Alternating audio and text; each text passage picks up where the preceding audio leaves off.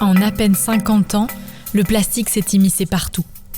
Nous sommes partis à la rencontre de celles et ceux qui trouvent des alternatives au plastique.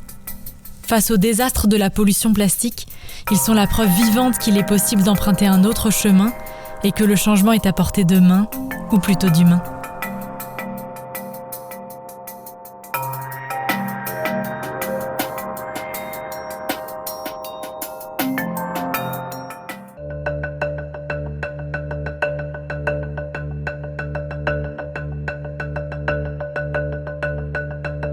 Je suis Harry Ramassoumi, je suis professeur agrégé à la faculté d'ingénierie à l'Université de Maurice. On travaille dans le domaine des plantes, surtout l'extraction des fibres des plantes de bananiers et en faire des pots de semis, des plateaux de semis, du packaging qui sont biodégradables parce que c'est entièrement en fibres naturelles.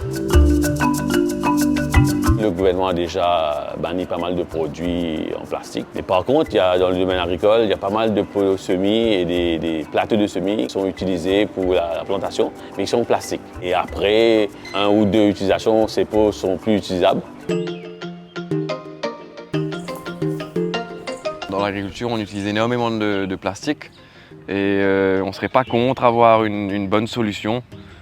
Pour éviter surtout l'usage de ces plateaux. On utilise une centaine chaque semaine et on en jette aussi une centaine toutes les 2 semaines parce qu'on les utilise seulement 3 fois. Donc ça ne nous aide pas pour pouvoir être sustainable sur le long terme. Notre projet, nous, c'est de pouvoir remplacer ce type de produits, avoir un impact sur l'environnement et sur le business, si tu veux. Quand les agriculteurs ont récolté les bananes, donc le tronc doit être coupé, c'est un déchet. Donc on récupère les troncs, on les découpe, donc on enlève les couches de feuilles et on passe dans une première machine qui est un extracteur de fibres.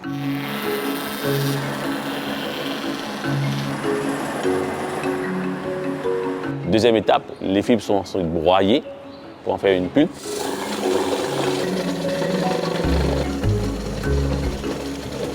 Et finalement, la troisième machine, c'est une machine à mouler. Donc tu changes les moules, tu as différents produits.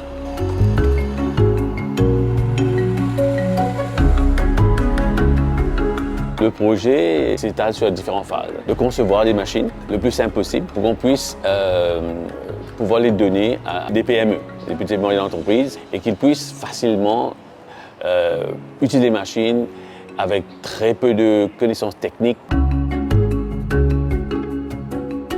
On est dans notre labo de matériaux. Alors, on fait des essais sur différents types de fibres. On a vu la banane, mais aussi des fibres de coco, de pandanus. On peut faire des nattes avec des fibres d'ananas qu'on peut utiliser dans l'isolation thermique et aussi dans l'acoustique éventuellement. On souhaite de pouvoir s'agrandir, de se développer davantage, de pouvoir faire plus de produits, de contribuer à la création d'une micro-industrie. Ce qui est intéressant, c'est que, premièrement, la matière première, c'est des déchets, donc c'est quasiment gratuit.